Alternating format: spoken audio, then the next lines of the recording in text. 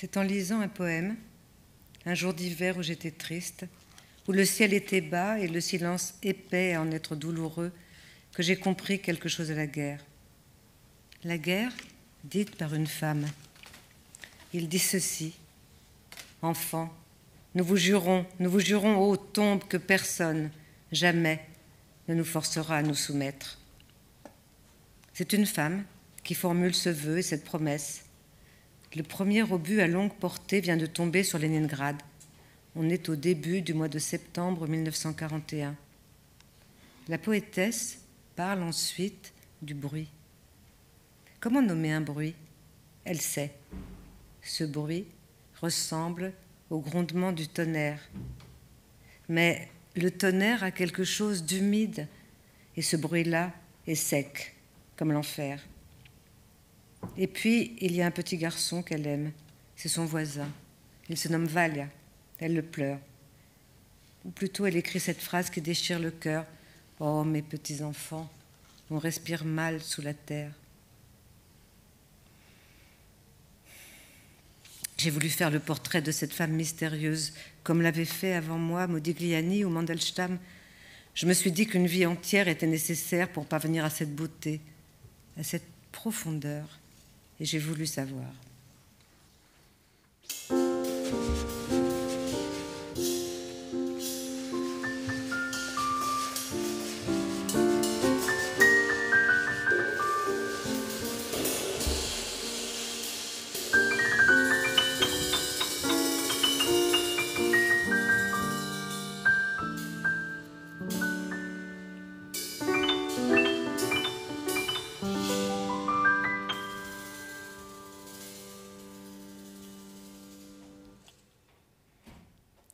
Akhmatova ressemble à une gitane.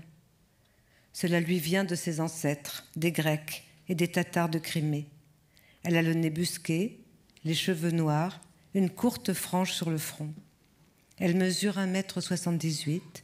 Elle a le teint très blanc, des yeux inquisiteurs et méfiants de panthère des neiges. Elle est fière comme une gamine de sa souplesse. Ce don d'acrobate, de danseuse, d'équilibriste dit quelque chose d'elle. Le refus de se laisser aller, comme de se laisser académiser, princesse et saltimbanque. Dans les soirées poétiques, les jeunes gens deviennent fous quand Akhmatova monte sur scène. Elle est consciente de son magnétisme et affirme son talent de poète avec une paradoxale assurance et une absolue dignité. Elle porte entre ses sourcils l'angoisse des siècles, dit son premier mari, le poète Nicolas Gouméliov. Pourtant, il ne s'en est pas aperçu tout de suite. Il a pensé d'abord avoir trouvé la compagne idéale, et pendant les 10 années où il lui fait une courte tenace dans les allées des jardins de Tsarkoye-Selo, il est surtout sensible à son charme et à sa drôlerie. Et il le reconnaît dans un poème. Dans la fosse aux serpents de la ville de Kiev, ce n'est pas une femme que j'ai prise, c'est une sorcière. Pourtant, je la croyais amusante et fantasque, un joyeux oiseau chanteur. Ah, mais il s'est trompé. Cette femme est une voyante. C'est un des secrets de son attrait puissant. La beauté est terrible, lui écrit son ami, le poète Alexandre Bloch, qui ne l'a compris jamais vraiment. Et elle riposte immédiatement. Je ne suis ni terrible ni simple, pas assez terrible pour tuer, mais pas assez simple pour ignorer que la vie est terrible. Les poèmes qui lui sont dédiés rempliraient une anthologie. Les poèmes qu'elle consacre à ses amis en remplissent une autre. Pas de frontières entre les arts, entre les artistes. Les peintres font des couvertures de livres. Les écrivains présentent leurs amis peintres. Les enjeux leur semblent immenses et ils le sont. Anna se sait voyante. Elle lit dans le marc de café et le marc se fait sang. Elle dit pensive, en songeant aux figures de tous les disparus passés et à venir, je me penche sur eux comme sur un calice où se lisent tant de signes d'une jeunesse ensanglantée.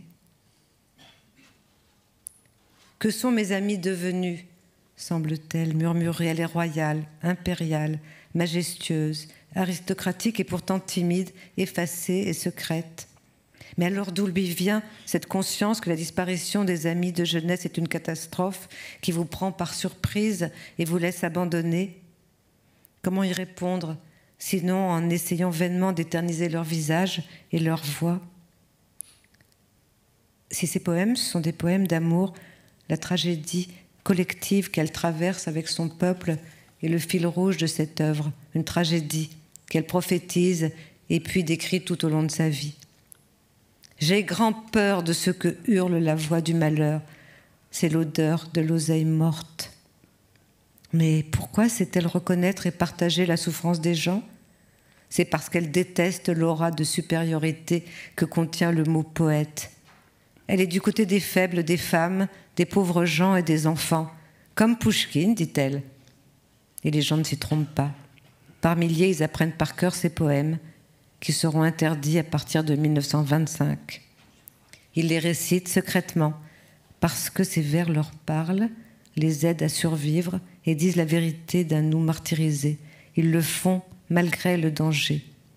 Elle le dit drôlement, parce qu'elle est très moqueuse. Je ne comprends pas les grands mots comme poète et billard. Son domaine, ce sont les sensations humaines transformées en musique, les gestes secrets du quotidien, soudain visibles, les regrets et le tragique de la vie, la fuite du temps, le mystère de la fuite du temps, les visages méconnaissables quand le chagrin a passé sur eux. Elle écrit « Le miel sauvage a une odeur de liberté. La poussière, c'est un rayon de soleil. La violette a l'odeur d'une bouche de fille. L'or ne sent rien. L'amour a une odeur de pomme. Mais nous savons mieux que personne que le sang ne sent que le sang. » Son œuvre, chant d'amour et de désespoir, forme la plus pudique et la plus déchirante des autobiographies. Elle l'écrivait en 1915 déjà. « Envoie-moi d'amères années de maladie, la fièvre, l'insomnie, l'asphyxie. Prends-moi et l'enfant et l'ami et le don mystérieux des chants. Ainsi va ma prière dans le tourment des jours si longs. » Et elle fut absolument exaucée. «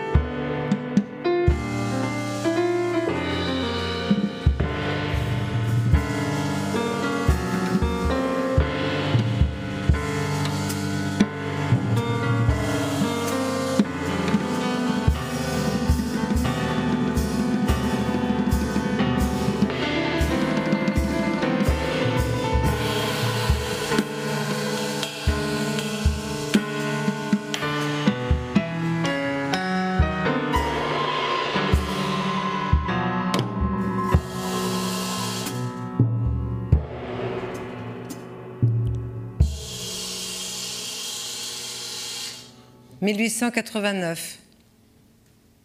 Anna Andrievna Gorenko est née le 23 juin 1889 à Bolchoï Fontan, près d'Odessa, en Ukraine, au bord de la mer Noire. 1889, dit-elle, c'est l'année où surgit la Tour Eiffel, ce symbole de la modernité. Anna ressemble d'ailleurs à une petite Tour Eiffel, avec sa minuscule tête, et elle est très fière de cette ressemblance. « Ma sœur, la Tour Eiffel », dit-elle souvent.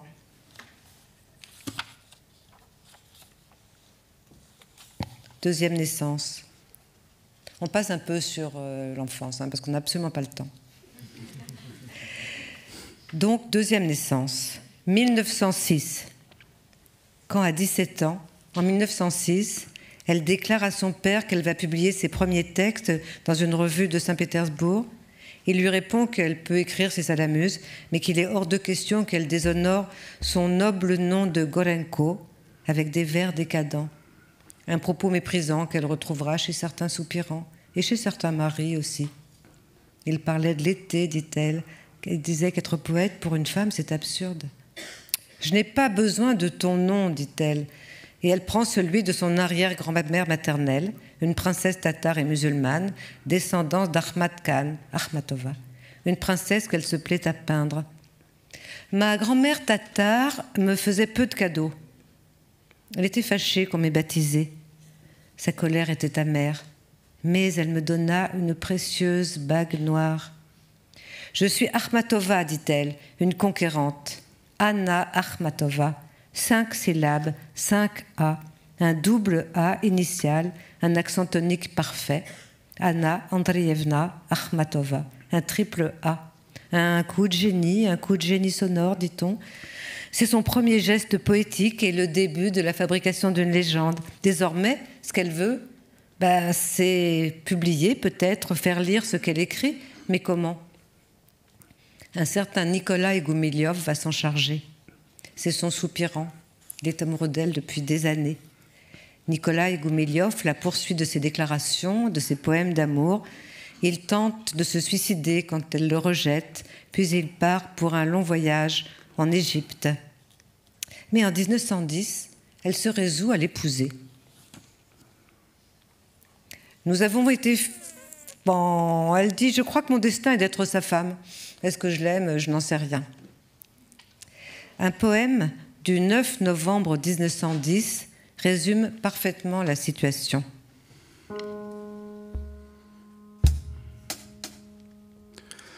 Il aimait 3 choses seulement, le chant des vêpres, les pans blancs et les vieilles cartes d'Amérique. Il n'aimait pas les pleurs d'enfants et encore les à la framboise, encore moins les crises de larmes. Et j'étais sa femme.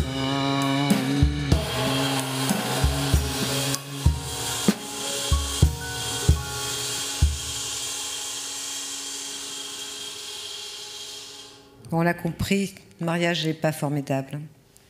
En mai 1911, Anna Akhmatova laisse Kolya Goumiliov et elle part seule à Paris.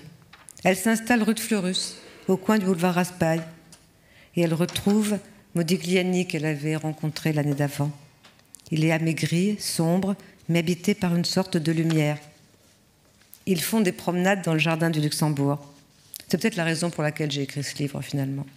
Ils marchent le plus souvent à l'abri d'un immense parapluie noir, un peu défraîchi, car en mai 1911, il pleut sans cesse. Pensez-en ce que vous voulez. Pas de chaise, ni de fauteuil vert pour eux. Ils n'ont pas d'argent pour la chaisière. Ils s'assoient sur un banc mouillé devant la statue de Verlaine qui vient d'être érigée au milieu d'une pelouse en bordure de la rue Guilmer. Comme elle est laide, cette statue, disent-ils, pauvre Verlaine. Ça reste vrai. Il lui lit les chants de Maldoror de Lautréamont. Qui a mieux exprimé la rage de la jeunesse? Et puis, ils vivent tout autre chose, qu'Anna Akhmatova résume ainsi. Tout ce qui avait lieu pour nous deux n'était que la préhistoire de nos vies. La sienne, très brève, la mienne, longue. C'était l'heure diaphane et légère d'avant l'aube, mais l'avenir qui, comme on sait, jette son ombre avant d'entrer, frappait au carreau. L'avenir frappe au carreau. L'avenir jette son ombre. Alors, sans trêve, il marche dans la ville. Modigliani fait connaître à Anna Andreevna la Contrescarpe et la rue Mouffetard, la montagne Sainte-Geneviève et Montmartre, Montparnasse, les villages du XIVe. Ils se perdent rarement. Une fois pourtant, ça leur arrive. J'avais oublié, dit-il, qu'il y avait une île là, au milieu de la ville. Presque chaque nuit, tel un chat sauvage, il rôde sous ses fenêtres. Parfois, elle aussi, elle passe devant chez lui. Un jour, elle apporte une brassée de roses rouges, mais n'est pas là. Que faire devant la porte close? Elle voit une fenêtre ouverte et elle jette les fleurs une par une. Et quand il la retrouve, il lui demande comment elle a fait pour entrer. Les fleurs étaient si joliment disposées. Il voit là un de ses talents de magicienne. Ils vont au musée du Louvre. Ils y passent des jours entiers. Modigliani est fou d'antiquité égyptienne. Akhmatova se passionne pour les civilisations antiques. Il dessine les reines, il dessine Anna, il dessine des têtes, des nébusqués, des yeux cernés de colle. Il la dessine au fusain, une fois rentrée dans son atelier du passage Falguière. Et quand elle repart, il lui offre 16 dessins, des esquisses. Ils ne se reverront jamais. Modigliani meurt en 1920 de la tuberculose. Anna Akhmatova, si peu attachée aux choses pourtant, conserve jalousement le seul dessin rescapé des 16 qu'elle a reçus. Elle le montre à ses visiteurs pour qu'ils la voient comme elle est vraiment, une âme légère, drapée désormais dans un corps fatigué.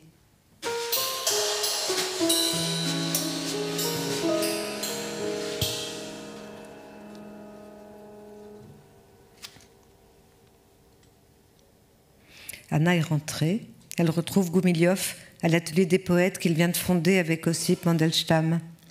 Ils vont très souvent à Saint-Pétersbourg pour des réunions consacrées à réfléchir à la poésie nouvelle, cet acméisme qu'ils incarnent. Un poème peut être considéré comme un manifeste. Inutile de le commenter, tout est là. La fraîcheur des mots, leur simplicité. Si nous les perdions, nous ne serions plus que des peintres sans yeux.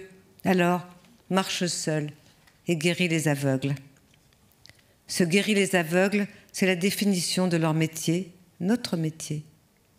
Les trois poètes se retrouvent le soir au cabaret du chien errant, où Nikolai Goumilev tombe régulièrement amoureux. Ce chien errant de légende, Anna Akhmatova s'en souvient ainsi. Ah, que j'ai aimé ces réunions nocturnes, nos verres sur les petites tables, le café noir, son odeur.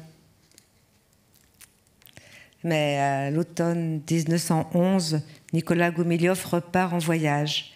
Il va en Abyssinie, il disparaît pendant 10 mois. Et puis il revient d'Afrique, chargé de bijoux, et lui demande si elle a bien travaillé. Les voilà vraiment fâchés.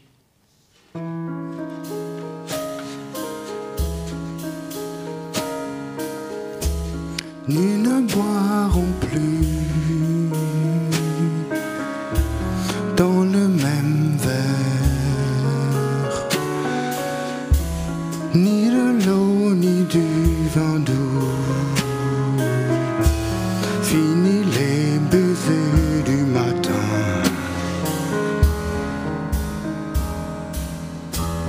et nos soirs à la fenêtre.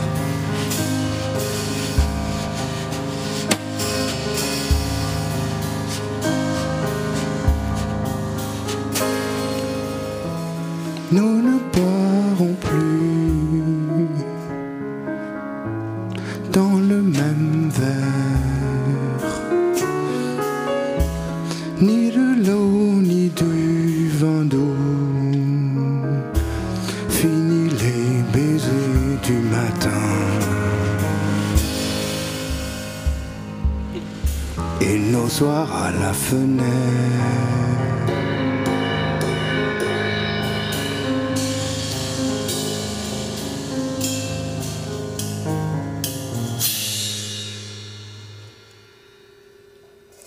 1912, ils sont fâchés, mais Anna est enceinte. Le 1er octobre 1912, naît leur fils, Liev, au milieu des disputes et des malentendus. Ils sont très jeunes tous les deux et peu disposés à se soucier d'un bébé. Elle publie Rosaire, qui sera un succès. On y lit à nouveau le chagrin et l'ironie d'une femme qui ne comprend rien à ce destin de mal marié qu'elle n'avait pas vu venir. Nous ne boirons plus dans le même verre, ni de l'eau, ni du vin doux. Fini les baisers du matin et nos soirs à la fenêtre. L'amour, la jalousie, la séquestration, l'indifférence, les coups aussi, se disent en images avec des mots qui viennent là encore des contes, un lit non défait, des orties, des paroles froides, un vent méchant, un plaisir amer. L'amoureux aux yeux gris, sans cesse convoqué, On lui dit sa colère. Ton amour, je n'en veux plus. « 1917. C'est une année de rupture pour Anna Akhmatova. C'est une chose qu'elle note souvent. Comment fais-je dans mon malheur pour être toujours en phase avec la grande histoire ? Elle le dit aussi d'une autre manière. Rivière, je fus de mon cours détourné. Et nous savons bien aujourd'hui la profondeur de ce vers. Février 17, le pays tremble et vibre. C'est la première et la vraie révolution. La fin des Romanov. Les bolcheviks sont au pouvoir. Le soviet de Petrograd est créé. 4 lignes pour un tremblement de terre. Je suis désolée, c'est absurde. Mais ce n'est pas notre sujet. Car pendant ce temps-là, Anna se rend avec Kolya Goumilyov chez sa belle-mère pour voir leur fils, Liev Dilyova, qui a 5 ans et qu'il ne voit presque jamais. Les choses se passent tellement mal qu'il décide de divorcer. Anna va s'installer chez une amie d'enfance. Elle écrit plus qu'elle ne l'a jamais fait. Elle publie Volée blanche et un poème, le plus important, pas le plus beau pourtant, qui est son vrai credo, une déclaration de fidélité à son pays et à son peuple. Je ne partirai jamais, dit-elle. Beaucoup de ses amis s'exilent. Elle écrit. J'entendis une voix douce m'appeler. Elle disait « Viens là, abandonne à jamais la Russie. Je couvrirai d'un nom nouveau la douleur des défaites et des offenses. » Tranquillement, je me suis bouché les oreilles. Oreilles bouchées. Anna Akhmatova fréquente donc les milieux littéraires de Petrograd. Elle est célèbre. Elle n'a pas 30 ans. Le 5 février 1917, Sergueï Prokofiev joue en public 5 de ses poèmes. C'est magnifique et c'est un triomphe. 1918. Anna Akhmatova a divorcé grâce aux lois révolutionnaires sur la famille. Elle est sans ressources. Il faut gagner sa vie. Elle travaille comme bibliothécaire. Elle n'a plus le temps d'écrire. Ça désole son amie, la brillante Larissa Reisner, qui est commissaire à la 5e armée. Et Larissa lui écrit de Kaboul, où elle est en mission pour les bolcheviks. Je vous en prie, ne renoncez pas à la poésie. Votre poésie donne un sens à tout, justifie tout. Vous êtes la joie de ceux qui ont souffert de l'injustice, de ceux qui meurent de chagrin. Ne restez pas silencieuse, ne soyez pas une morte parmi les vivants. Larissa Reisner voit en Anna Akhmatova la femme de l'avenir, une femme qui dit nous. «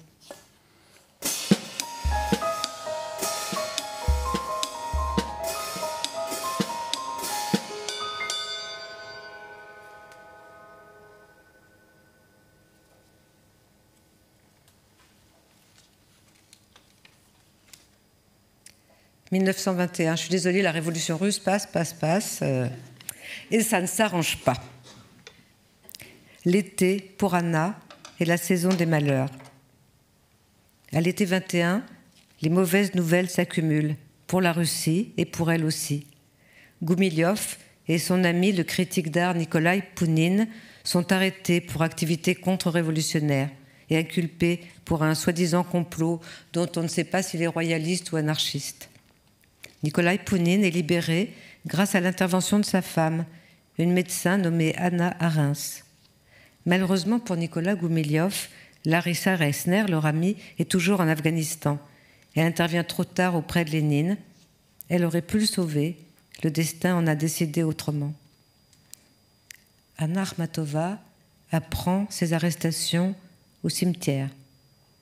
Ce jour-là, on enterre le poète Alexandre Blok. Le 24 août 1921. Cette histoire n'est pas très marrante quand même, il faut bien que je vous le dise. Mais bon, il y aura des bons moments. Enfin, pas énormément en fait. Nikolai Goumilyov est fusillé le 24 août 1921. Akhmatova ne l'apprend que 7 jours plus tard et de la façon suivante. Elle doit prendre un train. Elle patiente dans le hall de la gare et puis, par désœuvrement, elle tombe sur un journal affiché sur un mur. Les trains n'étaient pas très à l'heure. Elle épluche une liste de noms de condamnés à mort et elle lit « Nikolai Goumilyov, fusillé ». Il a été assassiné avec 60 autres personnes. ou abattu à coups de crosse par la Tchéka pendant son interrogatoire. Ces recueils sont immédiatement retirés des bibliothèques. Elle écrit « Ta vie est finie. Tu resteras dans la neige, 28 coups de baïonnette, 5 balles de fusil. Comme il est triste, ce nouveau vêtement que je t'ai cousu. Elle aime la terre, elle aime le sang, notre terre russe. » Quelques mois plus tard, paraît un recueil intitulé « Anno Domini 1921 ». C'est le dernier recueil qu'Akhmatova publie avant de voir ses livres interdits. Une interdiction qui va l'écraser de son poids jusqu'en 1941. 20 ans de silence absolu. Ainsi, notre ami Vladimir Maïakovski déclare que l'intimisme est un jalon historique dépassé. Ce genre de poésie n'a aucun sens dans une époque rude, dans une époque de fer. Les poèmes d'Akhmatova, dit-il, sont des anachronismes absurdes et ridicules. Et il propose tout simplement qu'on lui interdise d'écrire pendant 3 ans, tant qu'elle ne sera pas corrigée en étudiant la vraie vie du peuple. Alexandra Kollontai, la première femme ministre de l'histoire, oui, la première femme ministre de toute l'histoire, va prendre la défense d'Anna dans sa revue La Jeune Garde et dans une session de l'école des cadres du parti. Anna Akhmatova, écrit-elle, chante non pas la femme en général, mais une femme inédite. Oui, elle n'est pas communiste, mais une femme communiste comme moi peut pleurer et être bouleversée par ces petits volumes tout blancs. Ces poèmes permettent aux autres femmes, celles qui travaillent, qui tentent de se frayer un chemin nouveau dans la vie, de retrouver leur dignité bafouée. Bon, inutile de dire que son plaidoyer ne convainc pas du tout les dirigeants masculins de l'Union des écrivains. Au milieu d'un débat qui fait rage, Akhmatova se retrouve très seule. Un écrivain important, Korneï Tchoukovsky, le père de sa future amie Lydia Tchoukovskaya, écrit un long texte où il compare ses poèmes et ceux de Maïakovski. Il s'appelle « Deux Russies », antagoniques selon lui. Il explique « Il y a elle, qui est l'héritière de la poésie russe d'Alexandre Pouchkine et d'Anensky, une nonne qui se signe en embrassant son amant, remarquez le bon, une princesse de la Novgorod du XVIe siècle, fascinée par la faiblesse et la misère de son peuple. Elle a été la première, dit-il, à prouver que le désamour est un sujet poétique, car son thème fondamental, c'est l'amour sans espoir. Incroyable. Maïakovski, au contraire, dit-il, ne distingue aucun détail. Il écrit pour les foules. Il ne sait pas compter en dessous d'1 million. C'est le poète de ce qui tonne, de ce qui hurle, de ce qui vrombit, de ce qui rugit. Il est la foule, dit Tchoukovsky, elle est la solitude. Elle réagit violemment. « Je veux désormais être oubliée », écrit-elle. Elle a 32 ans, elle vit dans la misère, elle est malade, elle est plus maigre que jamais, ses cheveux ont blanchi, elle a de longues mains sèches qu'elle nomme ses serres de rapace. Elle est toujours aussi belle cependant. Elle fait des traductions pour gagner un peu sa vie, des lettres de Rubens et de Léopardi. Elle traduit de la poésie aussi. Elle dit « On m'a jeté tant de pierres que plus aucune ne m'effraie. »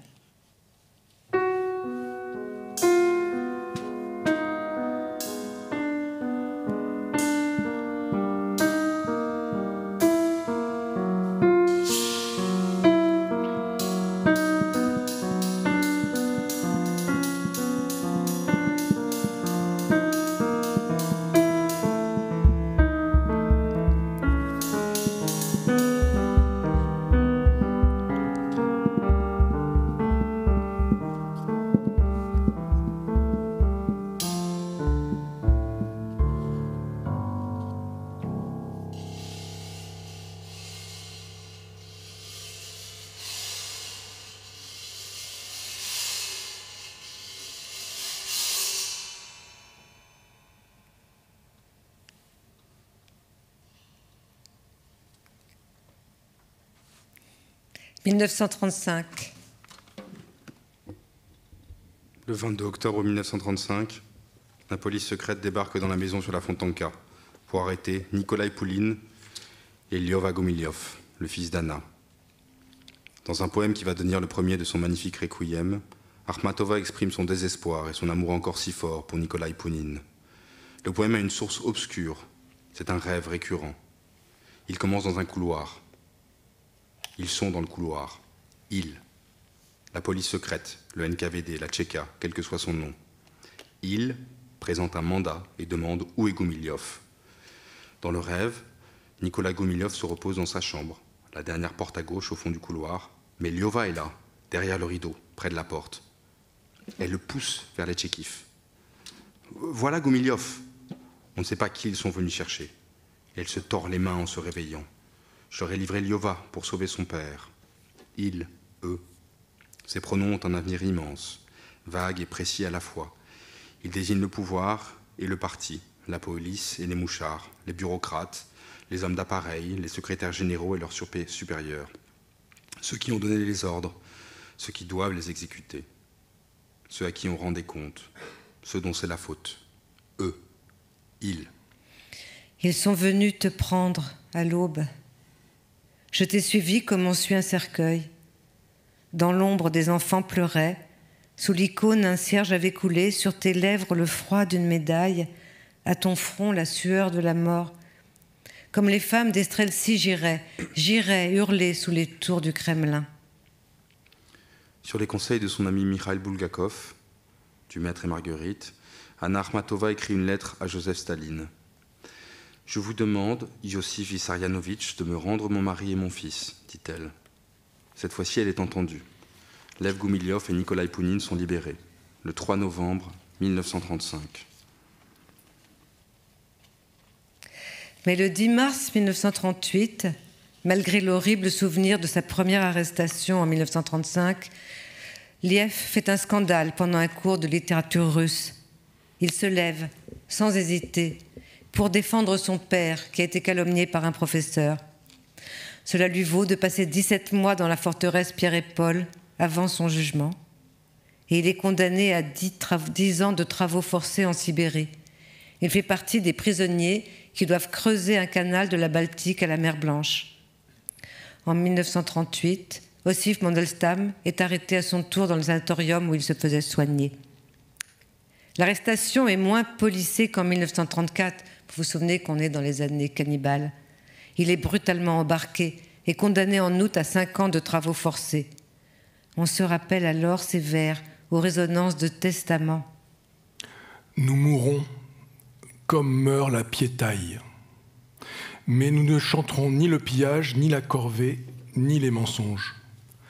Et la toile d'araignée du plaid écossais qui nous reste, prends-la, comme un drapeau, pour me couvrir quand je mourrai. Buvons, mon ami, à nos soucis d'orgelés, buvons jusqu'à la lie. Inoubliable souci d'orgelés. Ossip Mandelstam croit à la résurrection de sa poésie. Il écrit « Ces derniers temps, je deviens incompréhensible pour tout le monde. C'est redoutable. Voilà déjà un quart de siècle que, mêlant l'important et le futile, je nage en direction de la poésie russe. Et bientôt, mes vers se dissoudront pour se fondre en elle. » Il meurt d'épuisement sur la route du goulag sibérien de la Kolyma. Son chemin s'arrête le 27 décembre 1938 dans un camp de transit près de Vladivostok, où son ami Varlam Chalamov, l'auteur des récits de la Kolyma, a été prisonnier 1 an auparavant. Et Chalamov lui écrit le plus bouleversant des hommages. Il l'intitule « Cherry Brandy », une allusion à une blague qu'aimait Ossip. En voici les premières lignes. Le poète se mourait. Ses grandes mains gonflées par la faim, aux doigts blancs, exsangues, et aux ongles sales, longs et recourbés, reposaient sur sa poitrine sans qu'il les protégeât du froid. Avant, il les cachait sous son caban contre sa peau nue. Mais à présent, son corps ne gardait plus assez de chaleur. Ses moufles, on les lui avait volés depuis longtemps. Les vols se faisaient en plein jour, pour peu que le voleur ait du toupet. Un soleil électrique, blafard, souillé par les mouches et encastré dans un treillis métallique, était fixé au plafond, très haut. La lumière tombait au pied du poète. Il était couché dans un tiroir, dans la profondeur obscure des chalets communs à 2 étages, sur la rangée inférieure. De temps à autre, ses doigts bougeaient, claquaient comme des castagnettes, palpaient un bouton, une boutonnière ou un repli de son caban, époussetait une saleté ou s'immobilisait à nouveau. Le poète se mourait, depuis si longtemps qu'il avait cessé de comprendre que c'était la mort. Parfois, une idée simple et forte se frayait un chemin à travers son cerveau, douloureuse et presque palpable, qu'on lui avait volé le pain qu'il avait mis sous sa tête. Cette idée effroyable le brûlait, au point qu'il était prêt à se disputer, à jurer, à se battre, à chercher, à démontrer. Mais il n'avait pas de force pour le faire et l'idée du pain s'effaçait.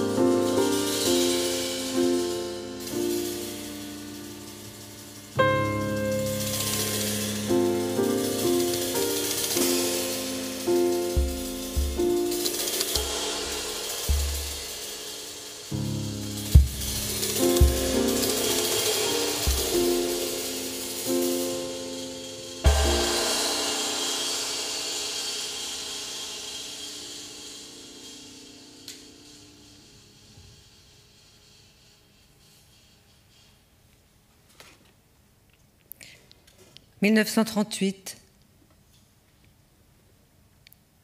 Anna Akhmatova s'est remise à écrire. Je ne sais pas pourquoi, dit-elle. Un poème est en train de naître. Elle le présente ainsi. Au cours des années terribles du règne de Yezhov, j'ai passé 17 mois à faire la queue devant les prisons de Leningrad. Une fois, quelqu'un m'a, pour ainsi dire, reconnu. Ce jour-là, une femme qui attendait derrière moi, une femme aux lèvres bleues qui n'avait bien sûr jamais entendu mon nom, a soudain émergé de la torpeur dont toutes nous étions la proie et m'a demandé à l'oreille. Là-bas, tout le monde parlait à voix basse. Et ça, vous pouvez le décrire ? Et je lui ai répondu, je peux. Alors, un semblant de sourire a effleuré ce qui avait été autrefois son visage. Elle a commencé à tenir en silence cette promesse, sans laisser aucune trace écrite, pas un mot. Un vers écrit peut être mortel. La maison sur la Fontanka, où elle vit dans sa moitié d'appartement communautaire, une pièce froide qui donne sur la cuisine commune, est désormais truffée d'espions et de mouchards, une bande qu'elle appelle « ma cour des miracles ». Elle va travailler et retravailler pendant des années à ce poème. Elle réfléchit à la distance que crée la souffrance. Non, ce n'est pas moi qui souffre, c'est quelqu'un d'autre. Moi, je n'aurais pas pu. Ce qui s'est passé, qu'un drap noir le recouvre et qu'on emporte les lumières. Moi, je n'aurais pas pu. Comment dire mieux le sentiment d'étrangeté et la noblesse aussi. Et puis, en novembre 1938, elle fait une rencontre décisive sans laquelle peut-être le poème du Requiem n'aurait jamais existé. Cette femme se nomme Lydia Tchoukovskaya. Lydia est la fille du poète Corneille Tchoukovsky, dont je vous ai parlé tout à l'heure, celui qui écrit des bonnes descriptions des poètes contemporains. Le mari de Lydia Tchoukovskaya, Matvei Bronstein, je continue à vous raconter des trucs, mais de plus en plus drôles, hein, bien sûr, a été arrêté en février 1938. C'est un jeune physicien juif. Il a été arrêté pour le motif qu'il portait le même nom que Léon Trotsky. Mais peut-être aussi sans aucune raison. Parce que les arrestations pleuvent au hasard. Lydia n'a aucune nouvelle de lui et elle espère que Anna Akhmatova va pouvoir l'aider. Puisqu'on dit, et les ondits, les commérages, comme les appelle Anna Akhmatova, ont une immense importance dans cette société terrorisée. On dit qu'elle a pu faire libérer son fils quelques années plus tôt. Et Lydia Tchoukovskaya sait aussi que ce fils, Lyova Goumilyov, vient d'être arrêté le 10 mars 1938. Plus tard, Lydia apprendra que son mari a été fusillé immédiatement après sa condamnation du 18 février. C'est ce que signifiait la formule du document administratif qu'elle a reçu, 10 ans de travaux forcés sans droit de correspondance. Personne ne le sait encore. C'est une expression soviétique, des mots codés pour éviter les cris des veuves. Hier, dit Lydia, je suis allée chez Anna Andreevna pour affaires. C'est ainsi que commence son journal, qu'elle va tenir pendant des années, de novembre 1938 à mars 1966, avec une interruption pour cause de brouille entre 1942 et 1952. Lydia Tchoukovskaya se rend tous les jours ou presque chez Anna Akhmatova, et Akhmatova lui récite ce qu'elle écrit, des morceaux de cette fresque qu'est le Requiem. Elle murmure « Devant tant de malheur, les montagnes se tassent ». Elle prend soin de détourner l'attention des mouchards par des phrases banales d'accueil. « Allez-vous bien ? Comme vous avez bonne mine ». Vous imaginez comme elles ont bonne mine. Elle écrit ses vers sur des bouts de papier qu'elle brûle ensuite dans un cendrier. Lydia, qui a une excellente mémoire, retient par cœur les précieuses strophes si dangereuses. Quand elle oublie des mots, elle les remplace par les siens, en marchant dans les rues glacées de Leningrad pour rentrer chez elle. « Je te crie de revenir, toi mon fils, toi mon effroi. » Elle vérifie avec Anna, qui remet alors les bonnes syllabes en place en s'appuyant sur le rythme. L'appartement, la chambre plutôt, avec son canapé où Akhmatova est couchée, malade ou frigorifiée, devient l'abri des deux femmes, un lieu de résistance élémentaire. « J'ai besoin de vous voir, venez me voir, passez me voir immédiatement », demande rituellement Anna Akhmatova, et Lydia Tchoukovskaya accourt. À l'extérieur gronde le monstre. C'est un temps, dit Najda Mandelstam, qui elle aussi apprend les poèmes d'Anna Akhmatova par cœur, un temps où tout surlait le jour, qu'ils comprenaient leur époque, qu'ils saluaient les châtiments, qu'ils se réjouissaient de l'avenir radieux au nom duquel on perpétrait des assassinats. Mais, la nuit venue, ils tremblaient, couverts de sueur froide, et tendaient l'oreille au moindre bruit, une voiture qui s'arrêtait, le claquement régulier de bottes militaires. La muse et la peur règnent tour à tour, écrit Akhmatova. Elle brûle le papier, où l'encre n'est pas encore sèche. Il ne me restera rien, ni le regard terrible de mon fils, ni cette souffrance changée en pierre, ni le jour où la foudre a frappé, ni l'heure des visites aux prisonniers. Et puis, en buvant du thé noir sans sucre, parce qu'il n'y a pas de sucre, elle parle d'Anna Karénine avec Lydia. Et parfois, elles ne boivent même pas de thé, parce que la bouilloire est de l'autre côté, dans la cuisine communautaire, et que les voisins, à Smirnov, ont fermé la porte à clé. Elles discutent. Anna Akhmatova en veut beaucoup à Tolstoï, d'avoir puni son héroïne. Vous n'avez pas été frappé par la grande idée de ce chef-d'œuvre, dit-elle, une femme qui divorce de son mari pour aller vivre avec un autre homme et qui devient infailliblement une prostituée. Mais quelle ignoble façon Tolstoï a de traiter cette femme. D'abord, il en est amoureux, il est en adoration devant les bouclettes noires de sa nuque, et puis il commence à la haïr. Même son corps mort, il le bafoue. Souvenez-vous de son corps impudemment étalé. Anna Akhmatova est la première écrivaine, à ma connaissance, avec Virginia Woolf, à porter ce regard féministe aigu, intransigeant et plein d'humour sur le contenu des œuvres qu'elle lit. « Je ne discute pas », murmure Lydia Tchoukovskaya, qui n'est pas sûre d'être d'accord. « Je suis trop intéressée par ce qu'elle dit. » Vous savez, ces dernières années, dit Anna, j'ai cessé de penser du bien des hommes. Je ne sais pas si vous avez remarqué, mais dans les prisons, dans les queues, il n'y en a presque pas. Lydia ne discute toujours pas. Elle suggère quand même qu'il y a plus d'hommes que de femmes derrière les hauts murs.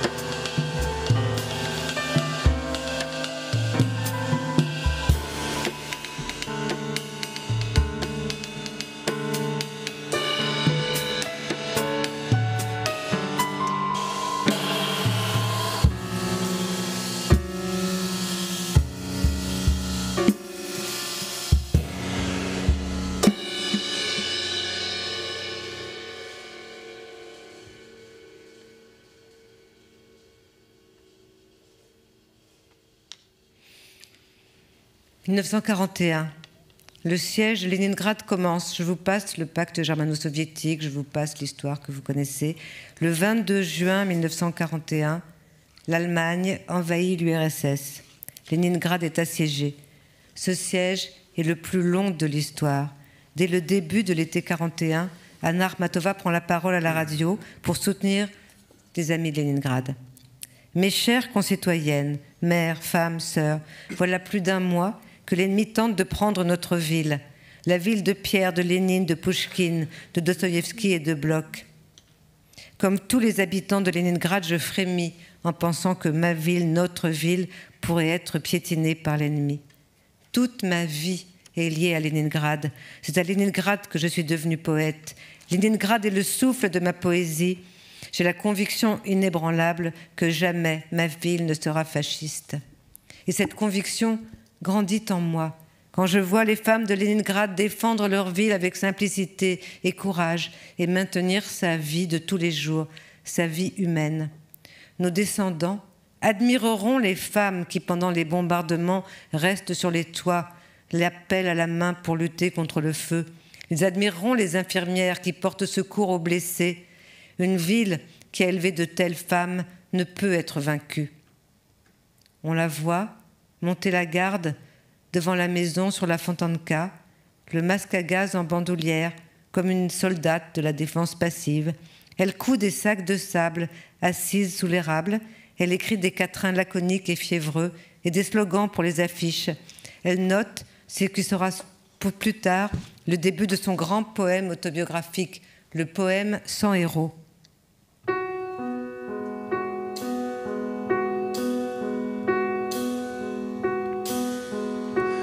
Du haut de l'année 40, comme d'une tour, je regardais chaque chose.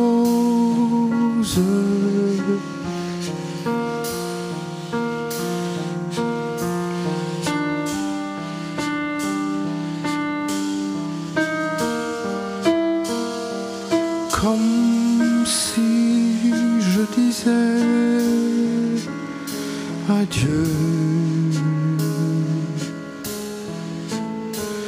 Encore une fois,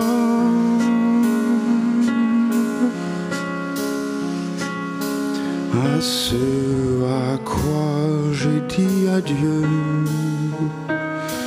depuis longtemps.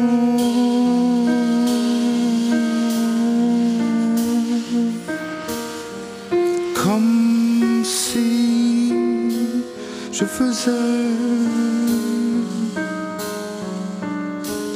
le signe de la croix.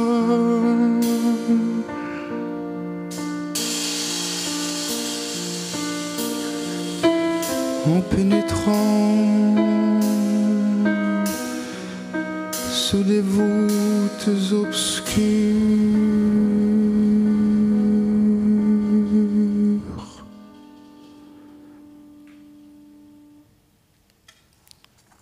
Courage et insomnie ont remplacé les mots peur et honte dans son esprit.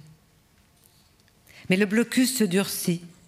Plus un grain de blé ne peut passer. Cela va durer plus de 900 jours, 30 mois de famine, le pire siège de tous les temps.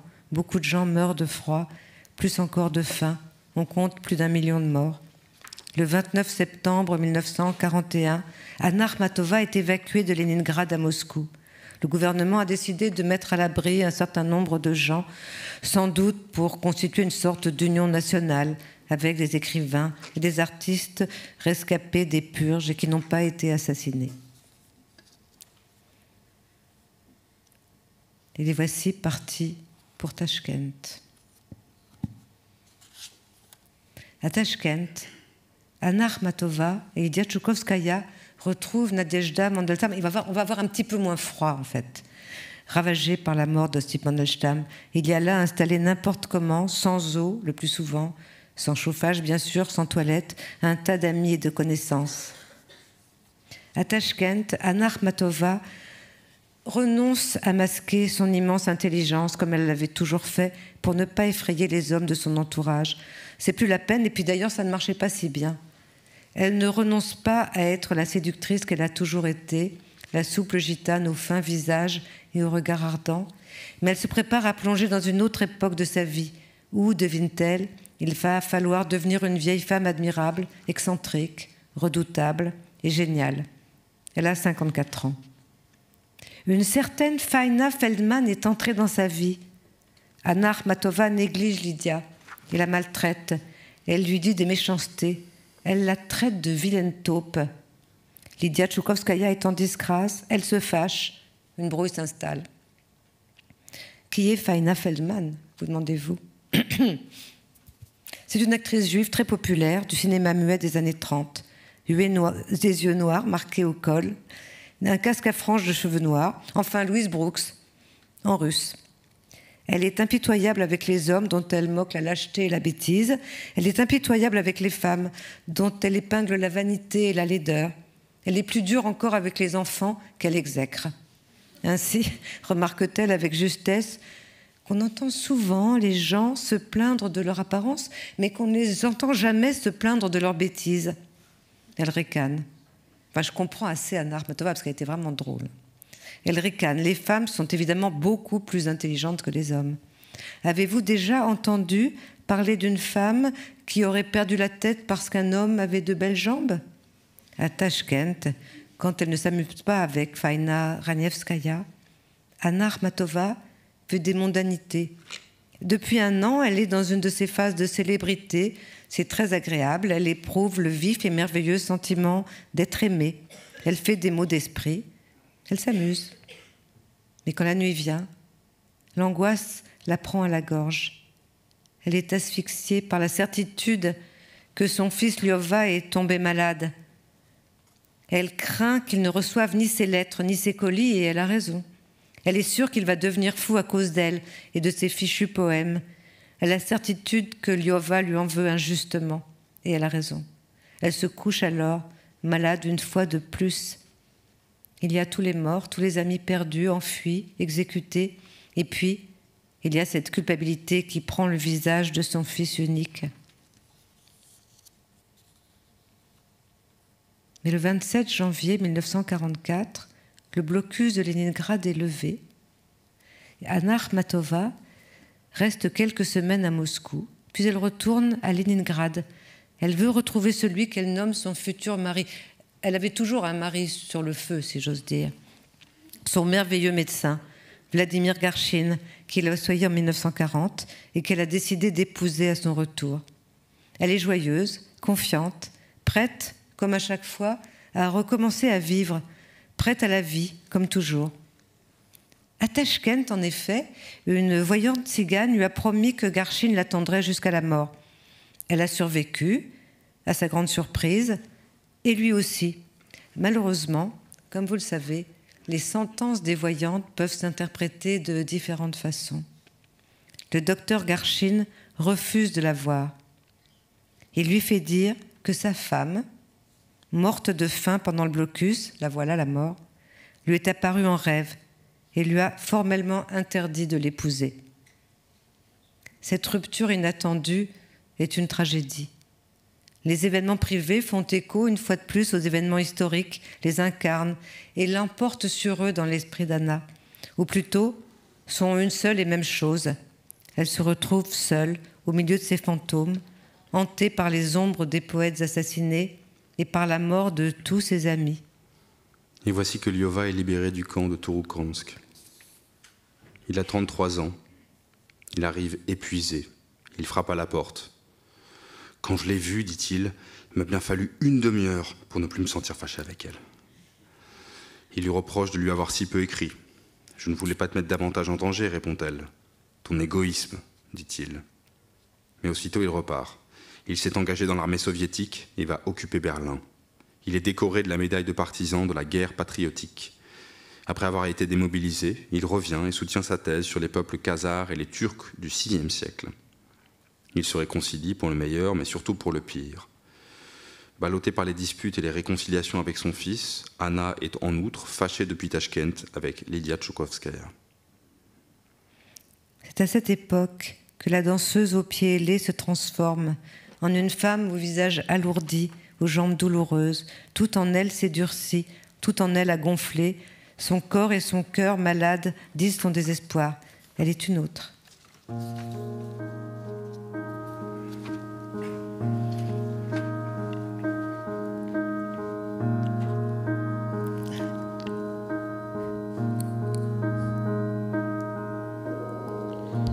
Les voiles filaient sur la mer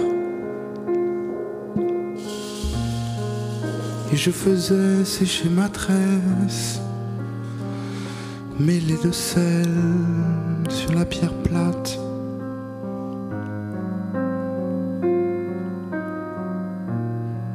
À quelques verstes de la terre,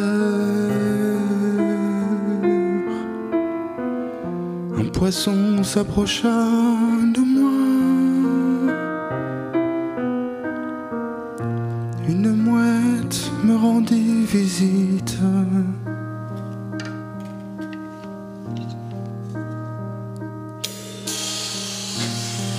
J'étais hardie, méchante et gaie.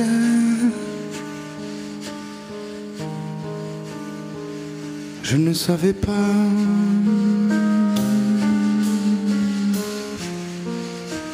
que c'était le bonheur.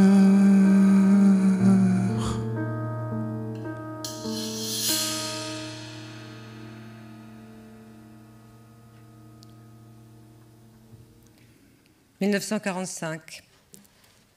En novembre 1945, Anna Akhmatova, par une nuit glaciale, reçoit une visite inattendue et terriblement lourde de conséquences. Le visiteur se nomme Isaiah Berlin.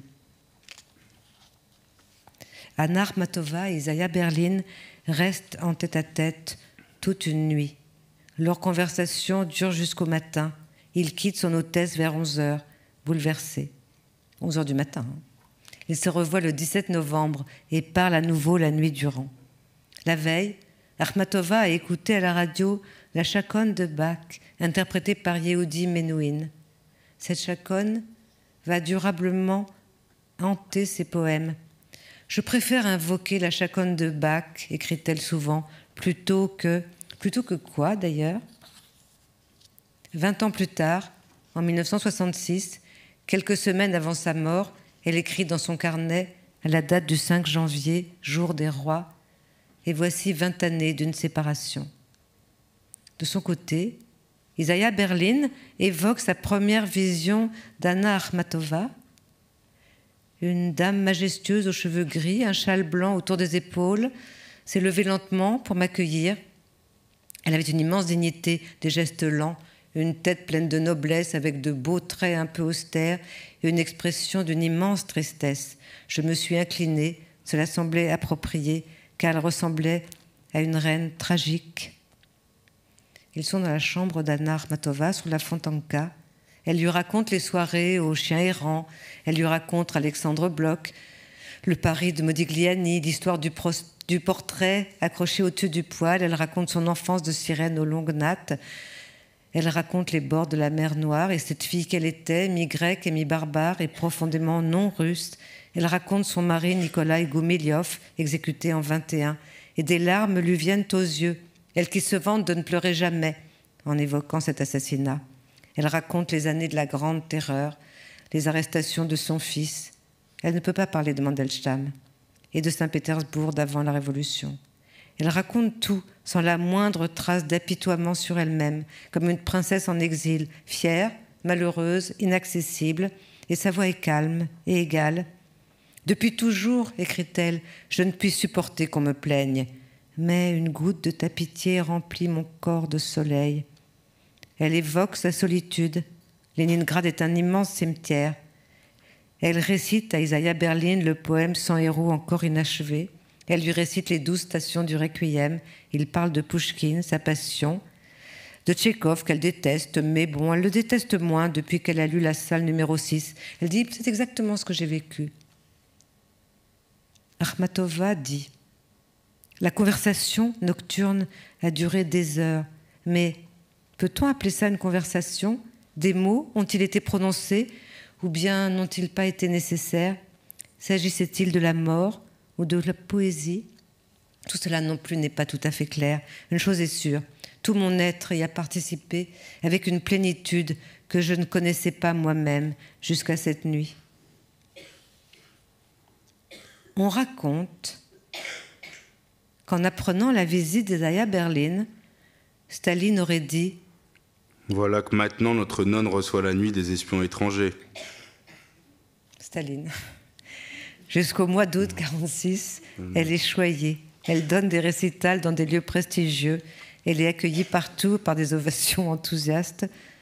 Elle relit les épreuves d'un recueil à paraître qu'il faut travailler avec soin. Elle connaît les règles à appliquer pour qu'aucun mot, écoutez bien, ne mette en alerte les censeurs. Ça peut être très utile, ça. Pas de vocabulaire religieux, pas de prière, pas de ciel, pas de nostalgie, pas le mot « passé » qui renvoie à l'avant-révolution et pas le mot « temps » qui ne doit renvoyer qu'au temps présent. Et elle fait cela avec minutie. «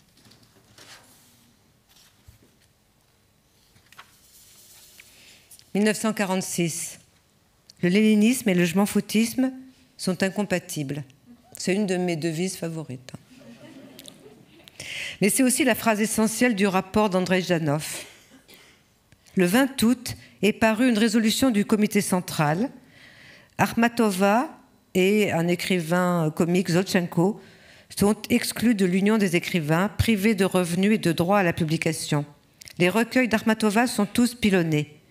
Et je me tais, dit-elle, voilà 30 ans que je me tais, comme les glaces du pôle. Le silence m'assiège depuis d'innombrables années. Il vient éteindre ma bougie. C'est ainsi que se taisent les morts. Mais on comprend leur silence, il est moins terrible.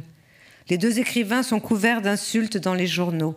En septembre, Akhmatova brûle papiers et poèmes. Elle tremble de peur. Ses malaises se multiplient. Elle s'inquiète pour son fils. Elle a évidemment raison. À l'automne 1947, Lyova a de nouveau des ennuis. Il est exclu de l'université. Mais c'est en janvier 1949 que commence la vraie campagne contre les intellectuels cosmopolites de Leningrad. Nikolai Pounine est arrêté en août 1949 devant Anna Akhmatova. Sa chambre est brutalement dévastée, fouillée de fond en comble. Il ne reviendra pas du goulag. Lyova est arrêtée pour la 3e fois, un peu plus tard, le 6 novembre 1949, sous les yeux de sa mère. Akhmatova a un malaise cardiaque et s'évanouit. Lyova est transférée à Moscou, à la Loubianka, puis à la prison de Lefortovo, et chaque mois, Anna lui apporte des colis. Lyova Goumilyov et Nikolai Pounine sont interrogés inlassablement pendant des jours et des nuits à propos des visites de l'espion Isaiah Berlin. Cette nouvelle arrestation de Lyova, comment dire son atrocité? Pour protéger son fils, Akhmatova détruit les poèmes qu'elle avait sauvés des flammes et dont elle craint qu'ils le mettent en danger de mort. Le 24 avril 1950, elle écrit à Staline pour plaider une nouvelle fois sa cause, mais les temps ont changé. Elle aggrave leur cas. Elle manque d'être arrêtée à son tour. Quelques mois plus tard, elle fait son premier vrai infarctus. Pendant ce temps, là-bas, Lyova se plaint à son amie Emma Gerstein. Il ne reçoit pas de colis ni de courrier, ou des télégrammes elliptiques, des lettres trop courtes. En vérité, les courriers et les colis sont confisqués et Akhmatova n'ose rien raconter dans les lettres contrôlées par les gardiens du camp. Sous le choc de cette arrestation, elle est hospitalisée, envoyée en maison de repos. Elle n'a que 61 ans, c'est une vieille femme.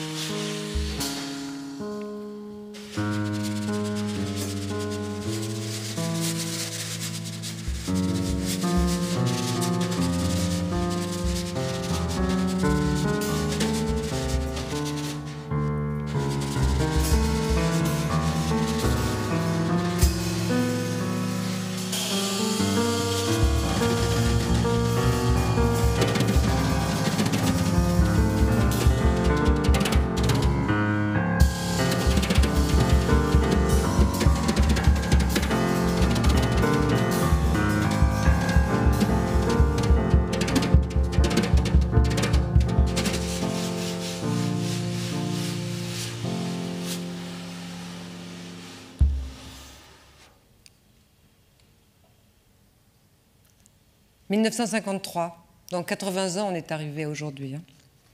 La mort de Staline, le 5 mars 1953, est le début d'une autre ère.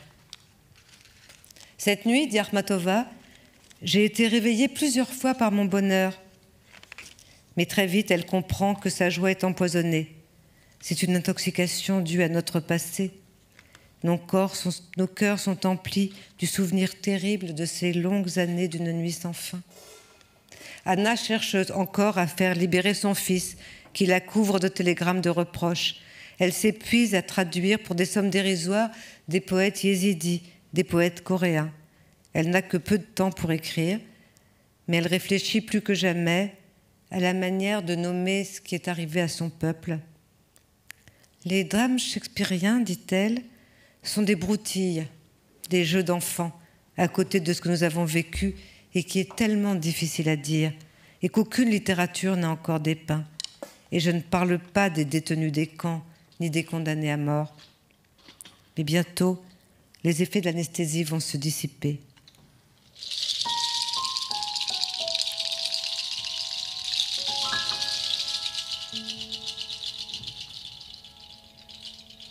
En 1956, le rapport Khrouchtchev. Pendant 10 jours d'affilée, Khrouchtchev dénonce les erreurs et les crimes commis sous Staline. Il dénonce le culte de la personnalité, les arrestations, les déportations de communistes. Il met en avant le projet de coexistence pacifique avec l'Occident. Tout bascule, croit-on. Mais est-ce si certain? En attendant, Anna Akhmatova prépare un recueil de 40 poèmes qu'on lui a demandé pour le 40e anniversaire de la Révolution. Ensuite, elle attend la publication, une fois de plus suspendue. Elle discute le choix des poèmes avec Alexeï Surkov, le président de l'Union des écrivains. Alexeï Surkov, c'est le modèle de l'écrivain ultra décoré, ultra couronné. Comme il est habituel avec ce genre de personnage, il a envoyé pas mal de gens au goulag et dort néanmoins sur ses 2 vilaines oreilles. Mais il a ses faiblesses. Il aime certains poètes avec sincérité, dont Akhmatova. Il a des accès de bienveillance dont il est très sage de profiter. Et c'est de lui, essentiellement, que dépendent les allocations, les bourses, les logements, les publications. Même si les membres de l'Union des écrivains ont leur mot à dire, Surkov est favorable à la publication d'un recueil d'Akhmatova. Mais il lui prodigue ses conseils. Écoutez bien. Ne dites pas « cahier brûlé ». On pourrait croire qu'on vous a incité à brûler des poèmes. Dites plutôt « réduit en cendres ». Très bien, dit Akhmatova. Elle est habituée à ces ruses, à ces contorsions, à cette novlangue. On pourra croire à un incendie. Elle veut publier et elle veut la paix. Le 15 mai 1956, Lyova est revenue.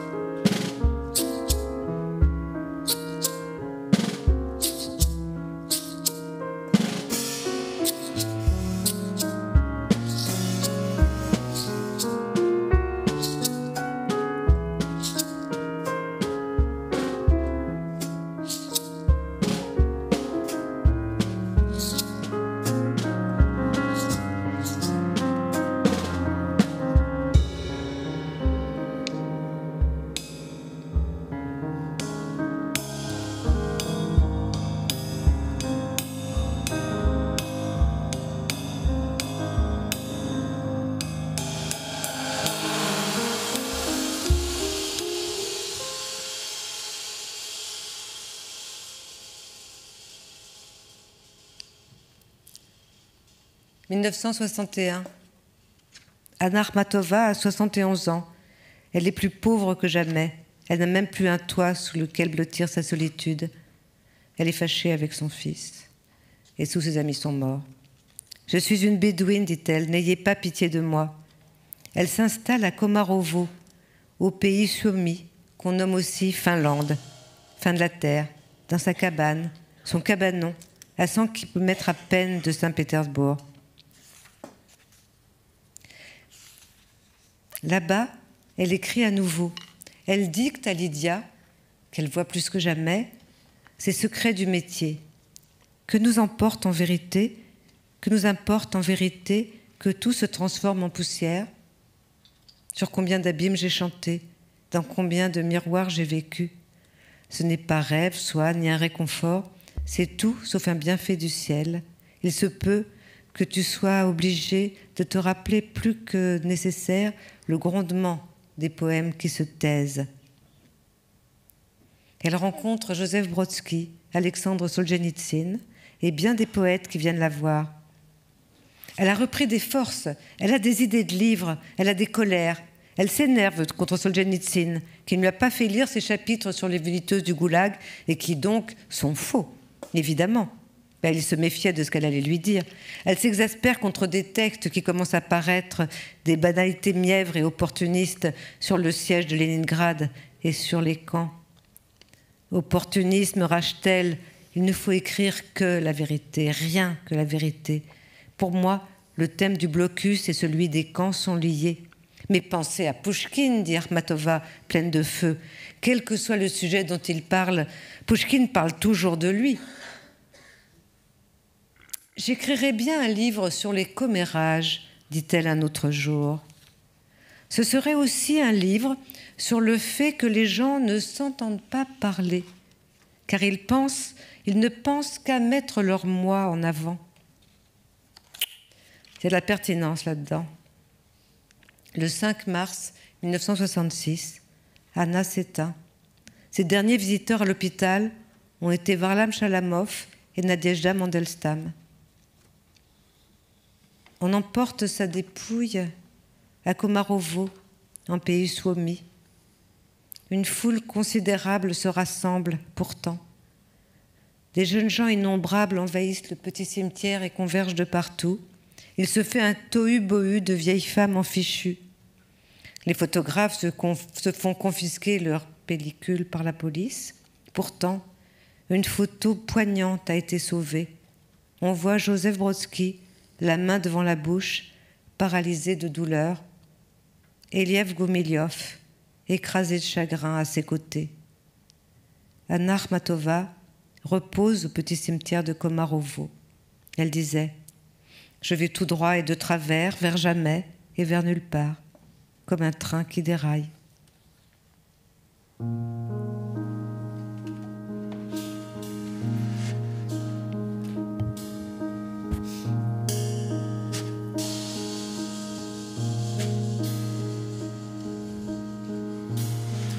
Les voiles filaient sur la mer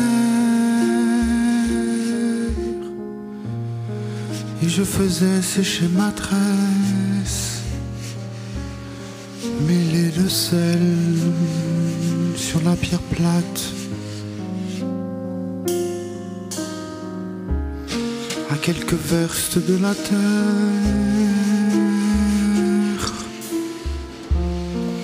un poisson s'approcha de moi.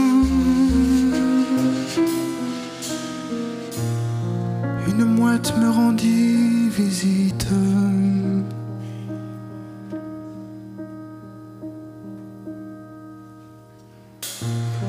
J'étais hardie, méchante et gaie. Je ne savais pas